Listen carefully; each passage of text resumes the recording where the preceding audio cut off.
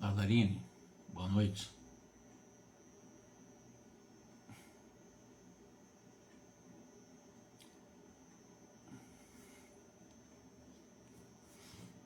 Ô, Herlin, grande abraço, meu irmão. Final de semana para nós muito bom, né, Lazarine? Boa noite, querida amiga.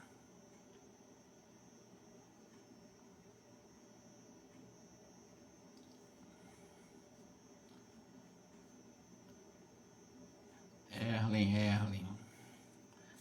Vamos nos tornar doutores André Luiz, né, Erlen? Boa noite, Erlen. Aprendendo muito com nosso irmão André Luiz, muito. Lazarine, eu agradeço. Você não sabe, quando eu vejo seu nome assim, acompanhando a gente, assim, meu Deus do céu, ali tem, não é jogando confete de jeito nenhum, mas tem aquelas energias que realmente nos dão uma sustentação, a fim de que nós, porque é muito natural, em algum momento possamos, muitos de nós pensarmos em desânimos, né? Poxa, a gente vê pessoas como você, não, realmente vale a pena a gente chegar ao coração das pessoas, como as pessoas chegam aos nossos corações. É muito importante isso, independentemente de números de, né? Uma pessoa vale às vezes por 1 milhão, né? Às vezes uma pessoa, a gente pensa, não, numa live tem 2, 3 pessoas, isso não é importante. O importante é que uma vale por 1 milhão, às vezes uma pessoa tão importante no seu projeto de vida, no seu projeto de divulgação, que o que mais vale é isso, né? É a empatia, é a certeza de que alguém reencarnado, nós que estivemos no mundo espiritual, certamente nos comprometemos com Jesus, com a nossa consciência, para, em o propósito da atual encarnação, nós mantermos acesa a chama da terceira revelação de forma pulcra, como nós chamamos, né? Na sua pulcridade, na sua pureza, como os espíritos realmente trouxeram Allan Kardec, porque há, e nós sabemos que há, uma tendência a nós, o termo seria correto ou incorreto ou pesado, a conspurcação do movimento espírita, ou a conspurcação da mensagem espírita. E nós, estudando André Luiz, Emmanuel, Allan Kardec, dá para que nós possamos nos manter firmes numa linha segura, como nós nos fizemos como propósito lá, antes de reencarnar. Eu quase tenho certeza absoluta disso, Lazarine. Nós tivemos várias experiências por lá, e lá no Ministério da Comunicação de nosso lar, quem sabe, qualquer uma colônia espiritual, porque se nós não estamos aqui por acaso divulgando, vocês também estão divulgando, nós estamos realmente tentando, cada um na sua competência, né, manter o que eu chamo de a luz acesa, ou a chama da doutrina espírita acesa para a humanidade, fazendo a nossa parte, né? Então vamos lá, minha irmã e meu irmão Erlen. Como eu disse, nós estamos estudando com uma certa profundidade o André Luiz, nos preparando bastante para a nossa realidade após essa vida encarnada, né? E nós estamos analisando mais um caso desse livro No Mundo Maior, que é o caso daquele menino, que está com 8 anos de idade, que na realidade ele foi um algoz de 200 anos atrás, e eu calculo, na época que foi publicada a obra. E o tempo recuado por André Luiz desse espírito, ele certamente foi da Revolução Francesa. E ele determinou a morte de várias pessoas, ele tinha o poder da caneta, ele determinou a morte, inclusive, de inimigos diretos, inimigos indiretos, 200 anos em sofrimento, muitos obsessores, aos poucos os obsessores foram sendo doutrinados, e nesse momento ele estaria com 2 obsessores que estariam sendo programados para serem irmãos deles, sendo que ele está reencarnado em um estado de extrema limitação física, questões visuais, questões auditivas, e a questão da fala, ele solta aqueles sons guturais, que parecem uns animais. O André Luiz o compara inclusive a um símil melhorado. Então, e a mãe dele, vendo aquele ser não belo, né, um ser realmente de um aspecto fisiológico muito complicado, mas uma mãe que tem um compromisso de amor para com ele, né? E aí nós terminamos na última live falando que mal terminava Calderaro as elucidações sobre o caso desse rapaz, desse menino de 8 anos, quando um dos verdugos, eram dois, né, se moveu e tocou com a destra no cérebro do menino, de 8 anos de idade. Calderaro recomendou ao André que examinasse os efeitos desse contato do obsessor, de um deles, né, no cérebro desse rapaz, desse menino totalmente disforme, com 8 anos de idade. Extrema palidez e enorme angústia transpareceram no semblante do paralítico. Isso nós chegamos a fazer na nossa última live, né? Alice, boa noite, minha irmã. Muita paz para você e para nós. E o André, ele notou que o obsessor emitia, você deve se lembrar que nós falamos de uma substância semelhante ao piche, uma substância gosmenta, uma substância densa e semelhante ao piche, né? Aos quais atingia o encéfalo do menino de 8 anos, que era paralítico, né? Que não enxergava direito, não ouvia direito, e soltava aqueles sons iguais a animais, parecia mais um animal do que um ser humano, e ia acentuando as impressões de pavor do menino nesse momento, com 8 anos de idade, lembrando que nesse instante, ao analisar, a mãe dele estava se recolhendo para fazer uma oração e beijando o menino com muito amor, com muito carinho, uma mãe com mais ou menos 30 anos de idade, né? E o André dirigiu-se ao Calderaro, que é o seu instrutor nessa obra, e perguntou para ele, né? E o Calderaro explicou para ele o seguinte: André, se o amor emite raios de luz, o ódio emite raios, evidentemente, como no piche, né? Escuros, tóxicos, né? Então, esses estiletes de trevas emitidos pelo obsessor estava prejudicando o fisiológico mais intensamente. E um fisiológico totalmente comprometido. Um menino totalmente comprometido. Nos lobos frontais, recebemos os estímulos do futuro. Vai explicando quais são as nossas partes do cérebro, de acordo com o próprio... É analisado, né, como inconsciente, que fica na região da estrutura cerebral, que fica na região de trás, aqui na região límbica, né? A límbica é do centro, né? Aqui é reptiliana. E os neurocientistas sabem que a região do subconsciente, quando eu falo neurocientista, espiritualista, evidentemente, né? Então, o subconsciente é a região do cérebro que são armazenadas, guardadas essas informações, os sistemas cognitivos aqui atrás, do consciente, que é o mundo atual, o momento atual, né? E o que nós podemos projetar para o futuro, o que está para ocorrer, que é a superconsciência. Então, são 3 lobos, né? 3 partes, 3 hemisférios do nosso corpo, do nosso cérebro.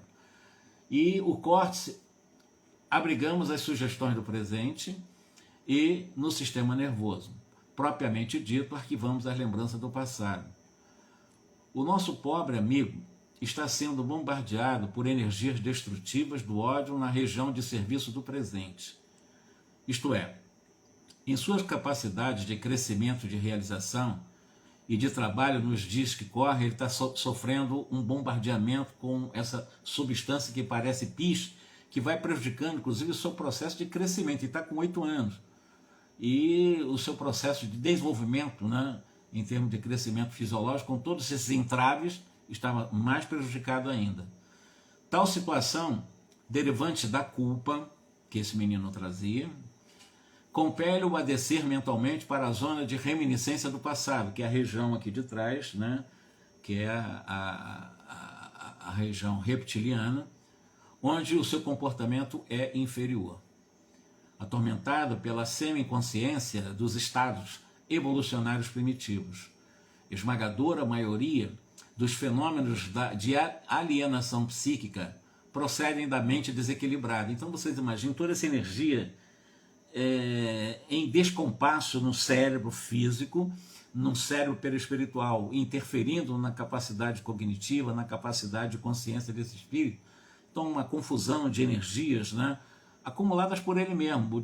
Esse processo dessa alienação psíquica, dessa mente desequilibrada, foi criada por ele. Nenhuma doença é criada pelos outros. As nossas doenças, elas são criadas por nós mesmos, né? E ele foi uma pessoa que realmente matou muito em algum momento num levante de uma revolução civil que eu estou imaginando na Revolução Francesa. Repara o cosmo orgânico. O doentinho paralítico, da aflição em que se mergulhara, passou a contorções, evidenciando todos os característicos da idiotia clássica. Idiotia clássica era um termo utilizado na década de 40, até mesmo entre os médicos, né? Que são esses retardamentos, essas coisas realmente que hoje se fala, criatura dotada de necessidades especiais, com lesões severas para a cognição. Existem muitos seres humanos que estão nessas condições, e ele com uma condição pior, porque o fisiológico dele é desagradável em termos de fisionomia humana. Como disse o André Luiz, uma fisionomia que mais o caracteriza como um ser subhumano. Os órgãos revelam agora estranhos deslocamentos. O sistema endócrino expunha indefiníveis perturbações. Detalhe: o sistema endócrino são as glândulas de produção de hormônios internos. Então nós temos os sete glândulas mais importantes, a começar na epífise. Nós temos a hipófise, né? Nós temos a tireoide, a paratireoide, nós temos o timo, nós temos as suprarrenais, nós temos as glândulas sexuais, todas elas de secreção interna, né? E o que são, eu sempre gosto de explicar para quem ainda não ouviu, o que são hormônios secretados por essas mais importantes glândulas do nosso corpo físico. Segundo os espíritos dizem para nós temos o nosso corpo perispiritual, onde estão sediados os 7 mais importantes chakras. Chakras é um termo hindu, eu sei. O André Luiz chama de centro de forças, né? E esses centros de forças, na realidade, ou centros vitais, o Allan Kardec fala em centro vital, embora o Kardec não cite nenhuma coisa ligada a chakra. Mas lá na questão do Livro dos Espíritos ele vai falar em centro vital, quando ele vai falar de onde é que vem a inteligência, de onde vem o amor. E os espíritos tentam responder para ele que o amor é onde o espírito estaria residindo, na região do coração, quem sabe muito na região do cérebro, mas tudo metaforicamente mostrando esse centro vital que, nessa questão, Allan Kardec pergunta aos espíritos. Então são os chakras dos hindus, que são os captadores de energias que vêm do universo. Então o nosso perispírito capta energia, canaliza como um condensador, faz a condensação dessas energias e distribui através do perispírito para o sistema, através do sistema nervoso central, a partir do cérebro, do sistema nervoso central, né, através dos plexos nervosos, né, os milhões e milhões de plexos, distribuindo para todo o corpo, e é onde há exatamente a estimulação para a produção de hormônios dessas 7 glândulas que estão ligadas aos 7 chakras mais importantes que nós conhecemos. Existem 80 mil microchakras, né, estudados lá para milenar ciências mais de uma cultura tibetana que a gente conhece um pouco. Mas eu estou falando que nós conhecemos mais ou menos por alto, em que Manuel Filomeno de Miranda nos explica, Joana de Anjos nos explica também. Então, o hormônio nada mais é, ou os hormônios diferenciados nessas glândulas endócrinas, a materialização dessas energias. Então, a gotícula, uma mínima gotícula de hormônio que é jogada, que é exatamente projetada no sangue, na circulação sanguínea, é que vai estabelecer todo o processo de metabolização, de funcionamento dos nossos órgãos. Quando você está com disfunção hormonal, o que vai acontecer? Você vai trazer doença, o corpo vai estar doente. Então, olha a importância da energização, ou a energia do nosso perispírito, estar mantendo a harmonia do nosso corpo. Existe um sistema chamado sistema homeostásico. Na homeostase, a própria natureza, toda a natureza fisiológica tende para a saúde. Por mais que eu cause doença, o corpo luta para ter saúde. Então, para você ter doenças graves, sobretudo lesões graves em órgãos vitais, você precisa ser muito rebelde às leis de Deus. Porque todo o nosso corpo, na misericórdia de Deus, ele tende para a saúde. Nosso corpo sempre está buscando a saúde. Quem causa a doença somos nós. No caso aqui, o sistema endócrino estava com indefiníveis perturbações, são substâncias parecidas com piche, lançado em várias regiões do cérebro, sobretudo na região reptiliana desse menino. Calderaro, compadecido, inclinou-se sobre o doente e esclareceu. Os raios destrutivos alcançam-lhe a zona motora, provocando a paralisação dos centros da fala, dos movimentos da audição, da própria visão e do governo de todos os departamentos glandulares. Então aquela substância que esse obsessor omitia, substância parecida com piche, estava provocando essa paralisação ou congestionamento energético, vamos dizer assim, né? Criando graves problemas, e aí realmente para as funções do centro da fala, dos movimentos auditivos, nas questões visuais e sobretudo na produção de hormônios, que são exatamente essas dificuldades glandulares, no caso glândulas endócrinas, que são as produções de substâncias ou de hormônios internos. Na verdade, essa situação ficou crônica pela repetição desta ocorrência milhares de vezes em quase 200 anos, ou seja, milhares de vezes durante 200 anos, emitindo substâncias parecidas com piche na região cerebral, no caso do perispírito, desse espírito, né, que vai alcançar o corpo físico, vai criando exatamente, dentro dessa cronificação de tanta toxicidade, justifica-se o corpo desse menino reencarnado nessas condições, totalmente deficitário, porque a energia não está circulando ali. Ele não está conseguindo nem no perispírito e no corpo físico, que é a imagem do perispírito. O corpo é apenas o adensamento do perispírito.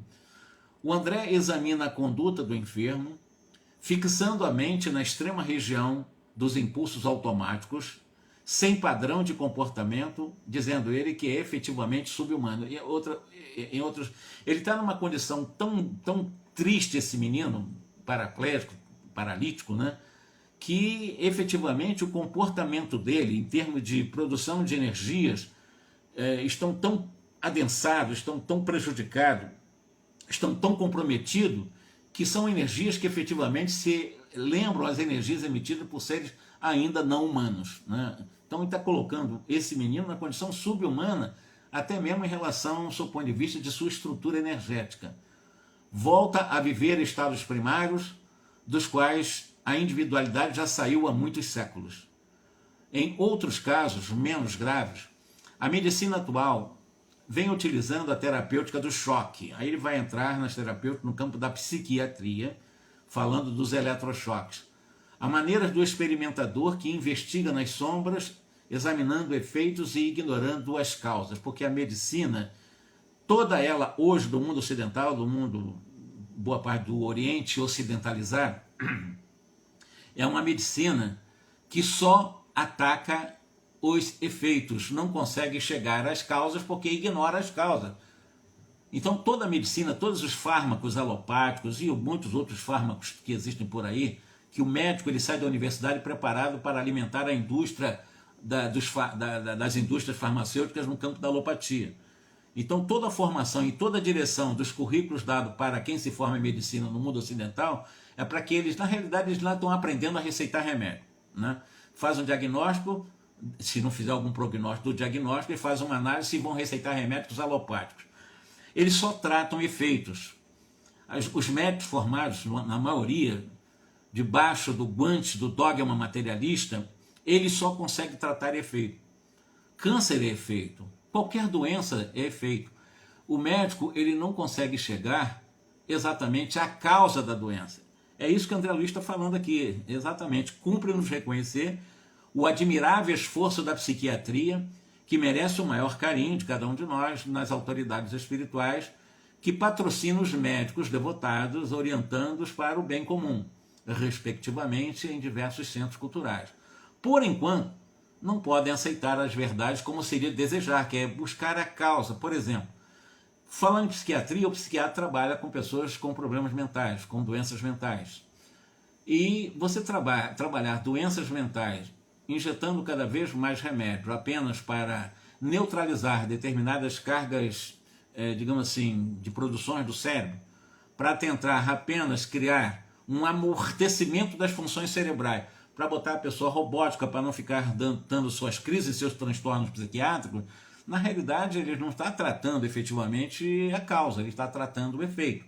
E eu digo mais, todas as pessoas que estão com esses transtornos mais graves e crônicos, para esse espírito nessas condições, como para esse menino, o remédio dele é esse. O remédio dele são esses processos psicopatológicos, é o remédio que ele precisa também. Porque ninguém chega a uma situação dessa de graça nem cai de paraquedas. A pessoa que constrói a sua patologia. Sendo que, infelizmente, os maiores especialistas no campo da medicina, da psiquiatria, até mesmo daqueles chamados psiconeuroimunologistas, eles não conseguem chegar à causa.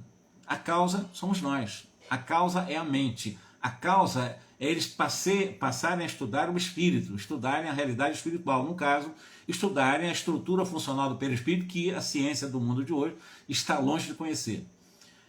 Em virtude da necessidade de guardar-se a medicina terrena, em campo conservador, que é o materialismo, menos aberto aos aventureiros. Todavia, mais tarde, os sacerdotes da saúde humana, que são os médicos, compreenderão que o choque elétrico ou a hipoglicemia provocada pela invasão da insulina constituem apelos vivos aos centros do organismo perispirítico, convocando-os ao reajustamento e compelindo os neurônios a se readaptarem para o serviço da mente em processo regenerador. O que ele está dizendo é o seguinte: eles tentam atacar os efeitos, sim, mas eles desconhecem que fazendo esse tipo de, na época, né, aplicando os choques ou os processos da hipoglicemia provocando a invasão de insulina, eles na realidade eles estão criando bases, né, apelos vivos, né, estimulando o perispírito, convocando-os ao reajustamento, compelindo os neurônios do corpo físico, né, a uma readaptação ao serviço da mente para regenerar uma doença. Então, eles fazem por fazer, considerando só como efeito, atacando efeitos sem chegar às causas. A bem dizer, é de notar que esses recursos, as reservas profundas do cosmos psíquico, não é novo. Lá, bem no passado, outrora, as vítimas da loucura eram conduzidas a poços de víboras, a fim de que a horrível comoção atuasse a transformação súbita da mente desequilibrada. Quer dizer, uma loucura absoluta se colocar um louco nessas condições. Mas que a medicina da época achava que os loucos, né, no caso, vítimas da loucura, ao serem colocados em poços de cobras, né, de víboras, né, pudesse criar uma comoção súbita. Olha, uma pessoa alienada, ela não vai ter essa capacidade de ter essa comoção psicológica súbita para equilibrar a mente ou reequilibrar a mente, impossível. Mas se utilizava esse tipo de técnica para tentar usar as pessoas em processos psicopatológicos para voltar ao reequilíbrio da mente, ou seja, para ficar centrada no equilíbrio cognitivo. É que desde remota antiguidade, o homem compreendeu intuitivamente que a maioria dos casos de alienação mental decorrem da ausência voluntária ou involuntária da alma à realidade. E, em nosso campo de observação mais clara, podemos adicionar que todo desequilíbrio promana do afastamento da lei, diferentemente do que a medicina, utilizando esses recursos estúpidos para a época, né, jogar pessoas realmente em ninhos de cobra para dar um susto para ele voltar à realidade. Intuitivamente eles começaram a entender que essa desordem era exatamente a alma fora da realidade, para voltar à realidade tomando um susto, né? Mas na realidade não é que o espírito está fora da realidade, o que ele está explicando para nós é que os desequilíbrios mentais elas surgem porque nós transgredimos as leis dessa própria consciência. E ao transgredirmos as leis da própria consciência, não adianta nós provocarmos esse susto, porque de alguma forma, quando eu transgrido, eu vou criar lesões que precisarão ser reparadas por um processo reverso do comportamento lesivo. Isso quer dizer o seguinte: se eu fiz o mal, eu sou convidado a fazer o bem na proporção do mal que eu fiz. E a única forma de eu reparar exatamente esse afastamento da lei da consciência é pelo comportamento. Os remédios ajudam apenas para aliviar efeitos. O objetivo é você chegar à causa, e só se chega à causa quando você leva o doente a compreender a necessidade da reparação da transgressão à lei da própria consciência, que é exatamente você, vamos chamar assim, expiar. No caso aqui, esse menino está em processo de expiação. E um processo de expiação gravíssimo, né? Com problema de visão, de audição, da fala, com problemas neurológicos gravíssimos, né? Não consegue falar, solta sons iguais a animais, e é um processo de resgate. Ele está em um processo, é o remédio dele, como eu disse, o remédio dele. A medicina é muito limitada para cuidar desse tipo de casos, só o tempo. Deus não pune, Deus não usa punição para nos corrigir, Deus usa o tempo para que nós nos corrijamos. É a lei de Deus, é o tempo, né? E nós somos eternos. Silenciou o calderaro por alguns instantes e em seguida indicou o pequeno paralítico acentuando. Neste caso, o choque aplicado pela ciência dos homens não surtiria efeito algum. Estamos perante o eclipse total da mente desse menino, pela total ausência da lei, que ele fugiu totalmente da lei lá há 200 anos. Ele matou muita gente, mandou matar muita gente. Ele se ausentou da lei da própria consciência, com que se conduziu interessado no socorro. A retificação aqui reclama tempo, ou seja, a reparação dessa fuga da lei da consciência desse menino aleijado vai levar tempo, só o tempo, é o que ele está dizendo. A retificação ou a reparação aqui reclama tempo, e muito tempo. Eu dou um outro exemplo, pessoas que sofrem um processo de esquizofrenia grave ou ansiedade generalizada, em que elas não conseguem manter um equilíbrio, né, em termos de centralização cognitiva, assim, estão em alienação, não sabem o que é a realidade. Dizer que se cura um ser humano num processo psiquiátrico desse nível, crônico, não se cura, a medicina não cura. É impossível, não há possibilidade de curar. Tá? Não há. A pessoa, um esquizofrênico não cura numa encarnação. Não adianta, você pode usar todo remédio apenas para bloquear as descargas elétricas do cérebro, dar tentativa de uma reharmonização nessas fragmentações do cognitivo. Não há possibilidade.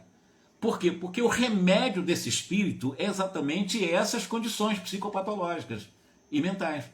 É o remédio, porque ele provocou isso para ele. Então o remédio dele é o processo de retificação, reparação do erro que ele provocou. Por isso que ele está em esquizofrenia, ou outros tipos de problemas crônicos no campo da mente.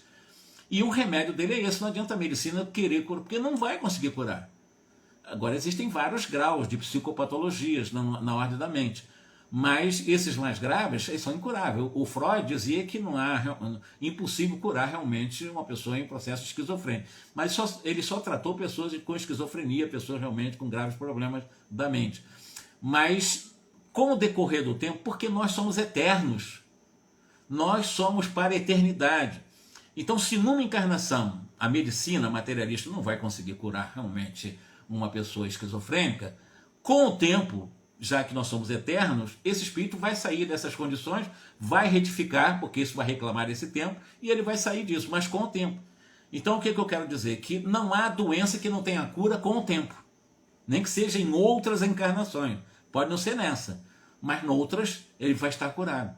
E outra coisa mais importante também, que é bom dizer nas minhas lives, que a essência do ser, o espírito em si, não é doente, não existe doença na essência. Agora, a essência, a coisa pura que nós somos, a luz que nós somos, evidentemente como uma água, né? Água cristalina, que é o amor que nós já somos em essência, saindo de uma fonte pura, que vai se contaminando no caminho através de águas podres, de águas de fósseis, né?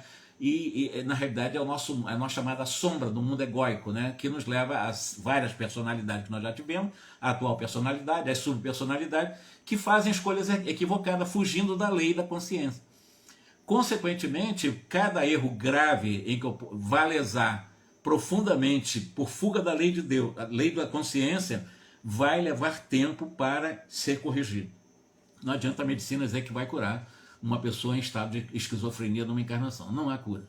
Não há. Porque a cura desse espírito é exatamente a doença. Eu acho que ficou claro aqui, né? O remédio desse espírito é exatamente essa doença. E para os familiares, de alguma forma, também, que são tangidos por isso. Então, Deus não castiga, Deus não pune, Deus não censura. Então, não é Deus que castiga. Deus ama. E, repito, a cura desses casos, né, desse transtorno grave, só o tempo haverá de curar. E quando eu falo o tempo, não é uma encarnação, quantas forem necessárias. As águas pantanosas do mal, longamente represadas no coração, não se escoam facilmente. Aí vai a questão da esquizofrenia, né? O plano mental não é um vaso de conteúdo imaginário, não. Na realidade, o plano mental é um repositório de forças vivas, qual um veículo físico de manifestação que nos é próprio enquanto peregrinamos na crosta planetária. Aí o André Luiz ficou na dúvida, porque o André Luiz é um aprendiz, e ele diz o seguinte: não estamos, porém, cientificamente falando diante de um caso típico de palavra de André Luiz para a época, mongolismo. Na realidade é a síndrome de Down, também denominada de trissomia 21 ou T21, que é o que se fala hoje. Então ele estava perguntando se era ali realmente palavra dele, o mongolismo, né? Mas digamos assim, uma síndrome de Down. Isso o André Luiz perguntando ao Calderaro. Calderaro respondeu: acompanhamos um fenômeno de desequilíbrio espiritual absoluto. Em situações raríssimas, teremos perturbações dessa natureza com causa substancialmente fisiológica. Impossível é desconhecer na esfera carnal o paralelismo psicofísico. Quem vive na crosta terrestre terá sempre a defrontar com uma forma perecível em primeiro lugar. Daí, não podemos excluir da patologia da alma o envoltório denso e nem menosprezar a colaboração dos fisiologistas que se dedicam às investigações da forma microscópicas, né, do reajustamento das formas no quadro dos efeitos. Então ele está fazendo uma comparação em relação aos efeitos, no caso os fisiologistas trabalham a má formação fisiológica, um processo de mongolismo, ou seja, de uma síndrome de Down, ou qualquer outro tipo de que dá uma característica fisiológica com esses desarranjos, mas que na realidade, por mais que o fisiologista trabalhe na fauna microscópica para o reajustamento de forma, na realidade a matriz é no perispírito. Porque a ciência, o fisiologista, o neurologista, o psiquiatra, eles ainda são materialistas. Até mesmo psiquiatras espíritas trabalham com alopatia. Eu conheço raros psiquiatras espíritas que trabalham, por exemplo, com a homeopatia, porque a homeopatia ela tem uma lógica diferente da alopatia, né, em termos de medicamentos.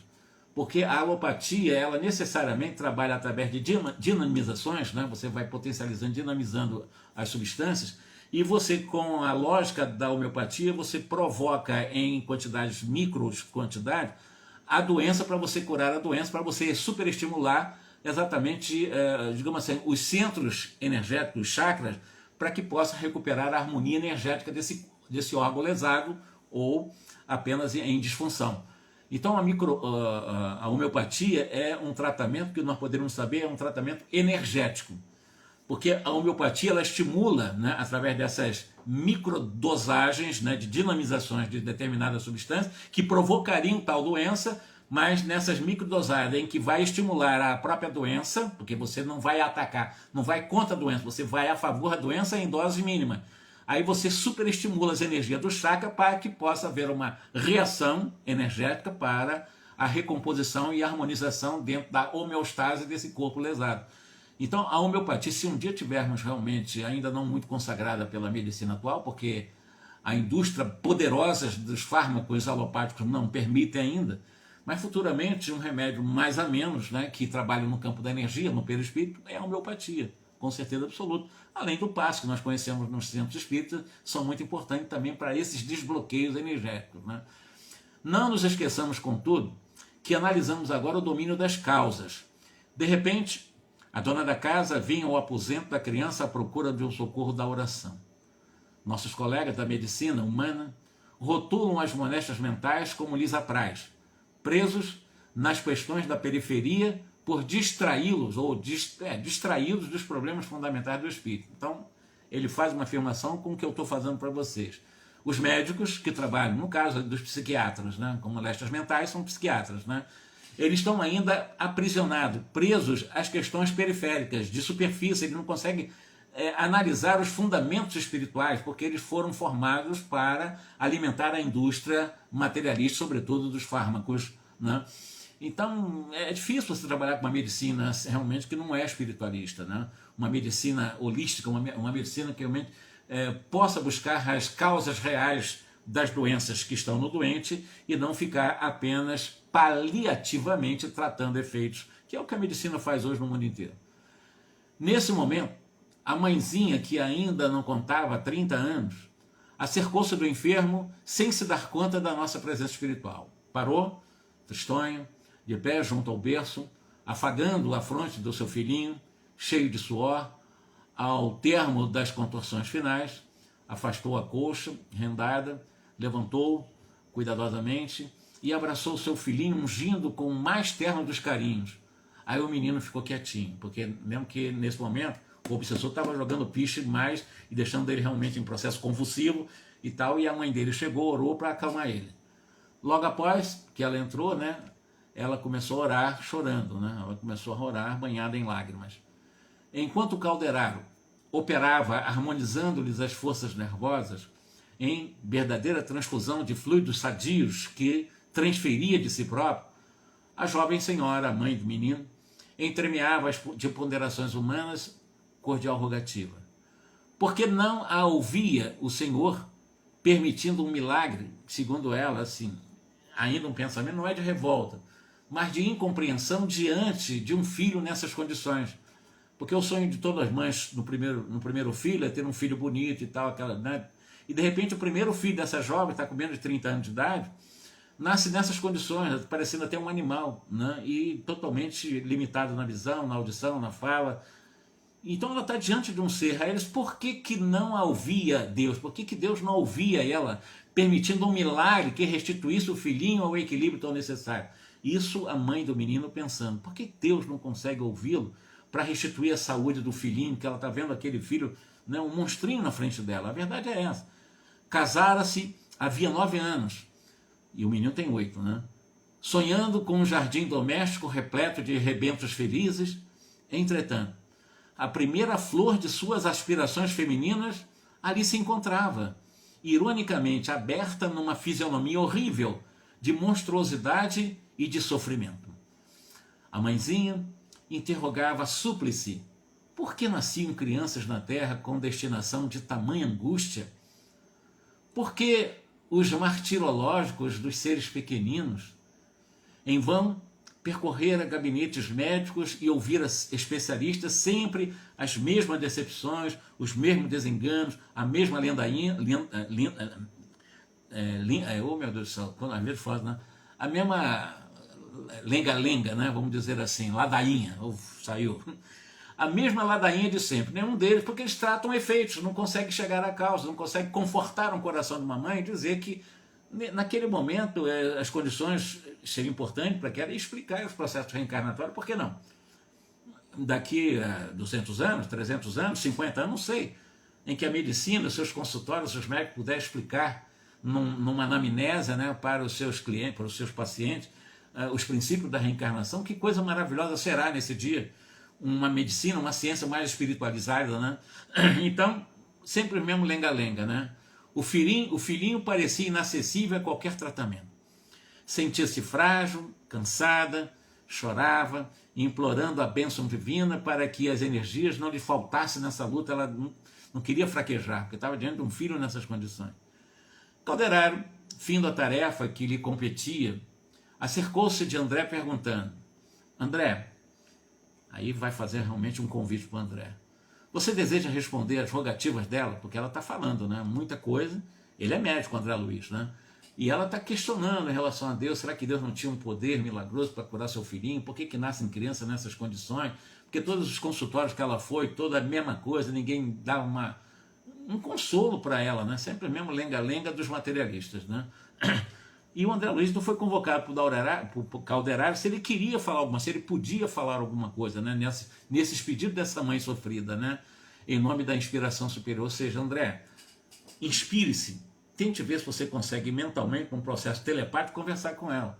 Aí o André recuou-se: não tem condições. Ele declinou desse convite, alegando que isso lhe era de todo impraticável. Principalmente depois de ele ter ouvido a irmã Cipriana, que nós sabemos o tamanho dela, né? Renovando corações e o verbo inflamado de amor. Então o Calderaro respondeu para ele: aqui, porém, nós não falaremos a corações de que odeio, como foi o caso de Cipriana com os 2 obsessores que nós contamos a história anterior, né? Aqui, porém, nós falaremos a corações que não estão se odiando, não, e sim torturados espíritos maternos que reclamam estímulo fraternal. O conhecimento e a boa vontade podem fazer muito. Calderaro acrescentou: e ao demais, é necessário diplomarmos também na ciência do amor. Para isso, comecemos a ser irmãos uns dos outros com sinceridade e fiel disposição de servir. André agradeceu, comovido, aquela deferência, mas realmente ele não quis levar adiante, porque ele achava que não tinha esse amor todo para falar alguma coisa com uma mãe diante de um filho que ele chamava de condições monstruosas, né? Falaria ele mesmo, Calderaro, né? Pois a condição de André era de aprendiz ali, ele não quis se atrever a falar nada com a mãe. Ali se encontrava para ouvir-lhes as sublimes lições. Calderaro colocou as mãos sobre os lobos frontais da mãe, como atraindo a mente materna para a região mais elevada do ser. E passou a irradiar estocante apelos, como se lhe fora desvelado o Pai, falando-lhe ao coração. Fundamente sensibilizado, assinalava-lhes as palavras de ânimo e de consolação, que a afetuosa mãezinha recebia em forma de ideias e sugestões superiores. André notou que a disposição íntima da jovem senhora tomava um pouco a pouco renovado alento. Observou também que na epífise lhe surgiram um suave foco de claridade radiante e que de seus olhos começaram a brotar lágrimas diferentes. A claridade branda, fluindo do cérebro, desceu para o tórax, de onde então se evaporavam tênues fios de luz que a ligaram ao filhinho infeliz. Contemplou o pequeno agora, calmo, através do espesso véu de pranto, e ouvindo-lhe os pensamentos sublimes: sim, Deus, não a abandonaria, meditava. Então ela começou a mudar a ideia, primeiro, por que Deus não curaria, e depois ela começou a repensar com a influência de Calderaro, e o André Luiz conseguiu percrustar esses pensamentos dela. Ela começou a mudar a forma, o padrão mental dela, né, contemplando agora a criança e dizendo agora, né, que Deus não a abandonaria. Ela pedia força a Deus e que Deus não a abandonaria. Então ela meditava, e que Deus dar-lhe-ia forças para cumprir até o fim o cometimento que tomara a ombros com a beleza do primeiro sonho e com a aventura da primeira hora. Sustentaria o desventurado rebento de sua carne como se for um tesouro celeste.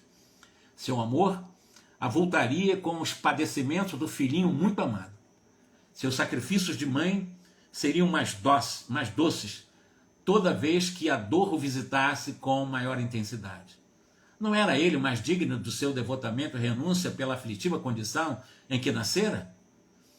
Os filhos de antigos companheiras eram formosos. Então ela começa assim: poxa, meu filho precisa muito de mim, muito do meu amor, Deus não vai me desamparar, Deus vai me dar a força para amar, porque ele precisa muito de mim.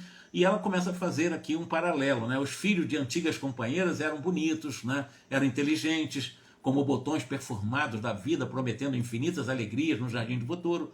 Também o seu pequeno paralítico era belo, necessitando, porém, de mais ternura e amparo.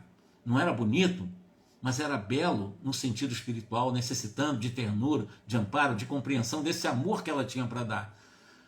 Saberia Deus porque viera ele ao mundo sem a faculdade da palavra, sem as manifestações de inteligência. Não lhe bastaria confiar no Supremo Pai? Serviria ao Senhor sem indagar.